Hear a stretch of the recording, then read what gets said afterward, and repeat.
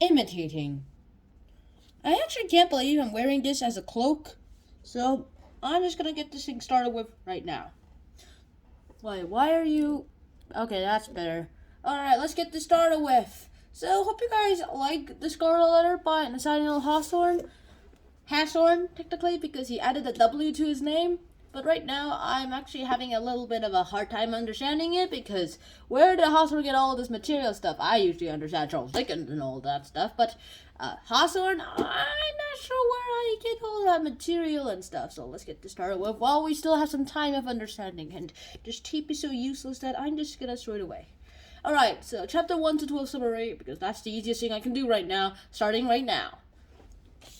Now, what is adultery? You have to know that first before you can understand the rest of this. Adultery is basically having cheating on your wife or husband. That's all I'm going to say. I should probably not know this stuff. I probably didn't know too much about life that I shouldn't know yet. But hey, I have to make videos and I want views. And I want to be honest. So here we go. So it starts off with a woman named Hester Prynne. And Hester Prynne was forced to wear a letter A, which for some reason she sewed herself, and she made it look like a scarlet letter, and a scarlet letter in the color of the scarlet, and also it was fancy. It's not like the plain A, like how you would write it, like it didn't look like this. Instead, it actually looked more or less like this, which looks way better than this letter A, doesn't it? At least it looks more fancier. And so that happens, and then next up, we actually get introduced to a few people, and then, boom, we're all set. There's a doctor, there's a priest, there's a jailer, woohoo! Yeah, so what's the big deal about this? Well, it turns out adultery is a really big crime and can be punished by death, but if it wasn't for that priest, Prynne wouldn't be alive. And so she's like, thank you, priest. And we have a little glint at who the priest really is.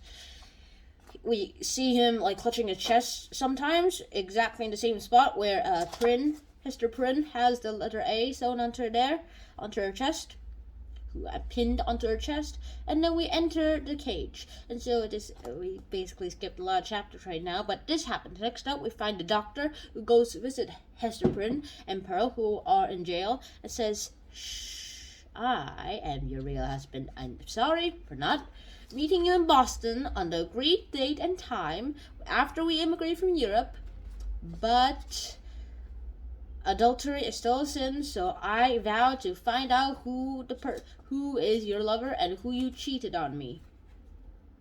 Okay?"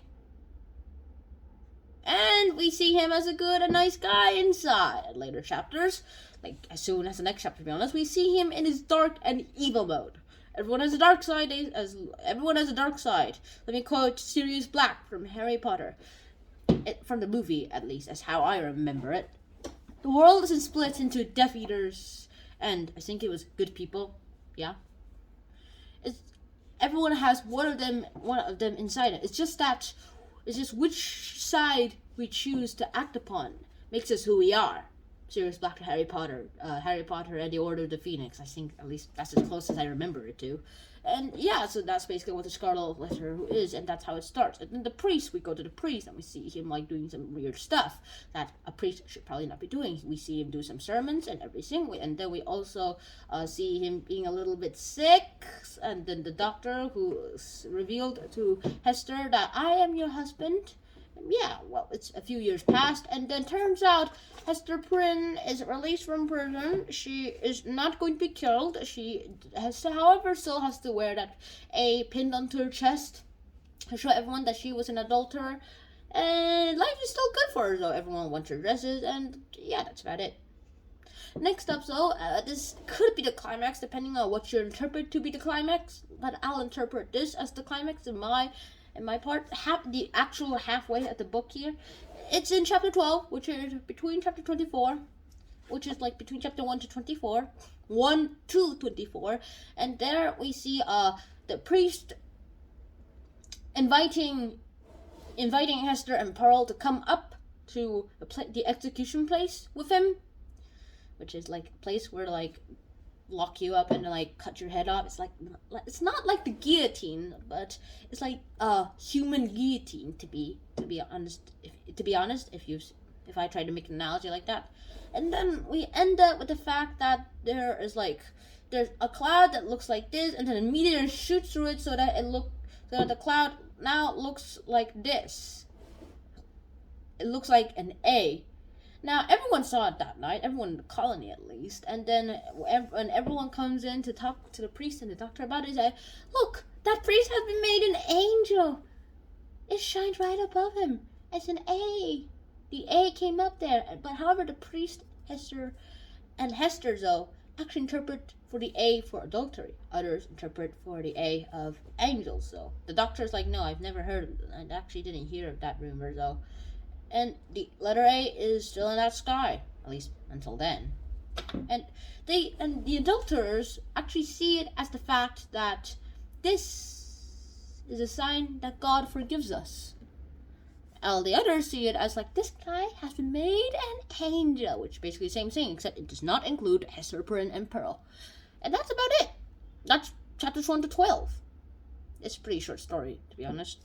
It's short compared to the other books I've read recently, but that's about it. That's all I have to give you guys. So that's half of the story. I really hope I'll finish reading the rest of the story later. And so I guess until next time, run out. Peace. But my favorite part. Alright. What was your favorite part of the story? Answer it in the comments below if comments are turned on for some reason. Well, see you soon. Bye.